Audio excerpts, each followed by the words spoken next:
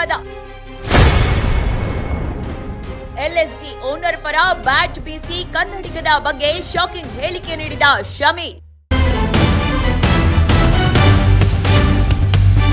ಕಳೆದ ಐಪಿಎಲ್ನಲ್ಲಿ ಸನ್ risers Hyderabad ತಂಡದಲ್ಲಿದ್ದ team ಇಂಡಿಯಾದ ಅನುಭವಿ ವೇಗಿ ಮೊಹಮ್ಮದ್ ಶಮಿ ಈ ಬಾರಿ ಲಖನೌ ಸೂಪರ್ ಜೈಂಟ್ಸ್ ತಂಡದ ಭಾಗವಾಗಿದ್ದು 2024ರ ಐಪಿಎಲ್ ಆವೃತ್ತಿಯಲ್ಲಿ ಮಾಲೀಕ ಸಂಜೀವ್ ಗೋಯಂಕಾ ಮತ್ತು ಫ್ರಾಂಚೈಸಿಯ ಮಾಜಿ ನಾಯಕ ಕೆಎಲ್ ರಾಹುಲ್ ನಡುವಿನ ವಿವಾದದ ಬಗ್ಗೆ ಶಮಿ ಪ್ರತಿಕ್ರಿಯಿಸಿದ್ದಾರೆ.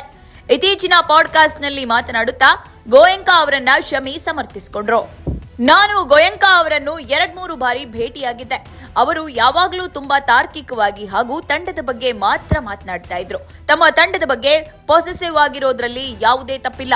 ಭಾರಿ ಹೂಡಿಕೆ ಮಾಡಿದ ನಂತರ ಆಟಗಾರರಿಂದ ಅತ್ಯುತ್ತಮ ಪ್ರದರ್ಶನ ನಿರೀಕ್ಷಿಸುವುದು ಸಹಜ.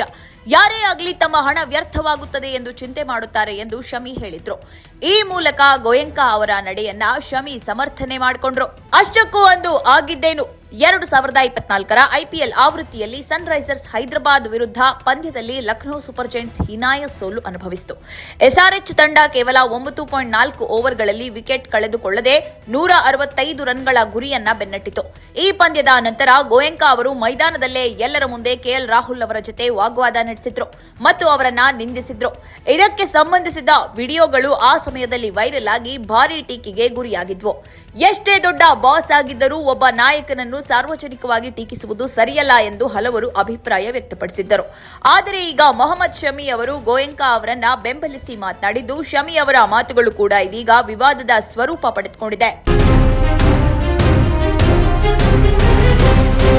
ಅಂದಹಾಗೆ ಐಪಿಎಲ್ 2026ಕ್ಕೂ ಮೊದಲು ಶಮಿ ಅವರನ್ನು ಎಸ್ಆರ್ಎಚ್ನಿಂದ ಎಲ್ಎಸ್ಜಿಗೆ ಟ್ರೇಡ್ ವಿಂಡೋ ಮೂಲಕ ವಿನಿಮಯ ಮಾಡಿಕೊಳ್ಳಾಯಿತು.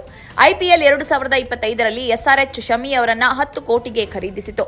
ಆದರೆ ಎಲ್ಎಸ್ಜಿ ಅವರನ್ನು ಅದೇ ಬೆಲೆಗೆ ವಿನಿಮಯ ಮಾಡಿಕೊಂಡಿತ್ತು.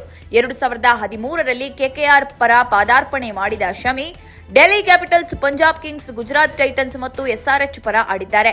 ಗುಜರಾತ್ ಟೈಟನ್ಸ್ ಪರ 2022 ಮತ್ತು 2023ರ ಸೀಸನ್ಗಳಲ್ಲಿ ಕ್ರಮವಾಗಿ 20 ಮತ್ತು 28 ವಿಕೆಟ್ಗಳನ್ನು ಕಬಳಿಸಿದ್ರು. ಎಲ್ಎಸ್ಜಿಗೆ ಸೋಲಿನ ಆರಂಭ ಲಖನೌದ ಏಕಾನಾ ಸ್ಟೇಡಿಯಂನಲ್ಲಿ ನಿನ್ನೆ ನಡೆದ ಐಪಿಎಲ್ 19ನೇ ಆವೃತ್ತಿಯ 5ನೇ ಪಂದ್ಯದಲ್ಲಿ ಲಖನೌ ಸೂಪರ್ ಜೈಂಟ್ಸ್ ವಿರುದ್ಧ ಡೆಲ್ಲಿ ಕ್ಯಾಪಿಟಲ್ಸ್ ಗೆದ್ದು ಬಿಗಿತ್ತು.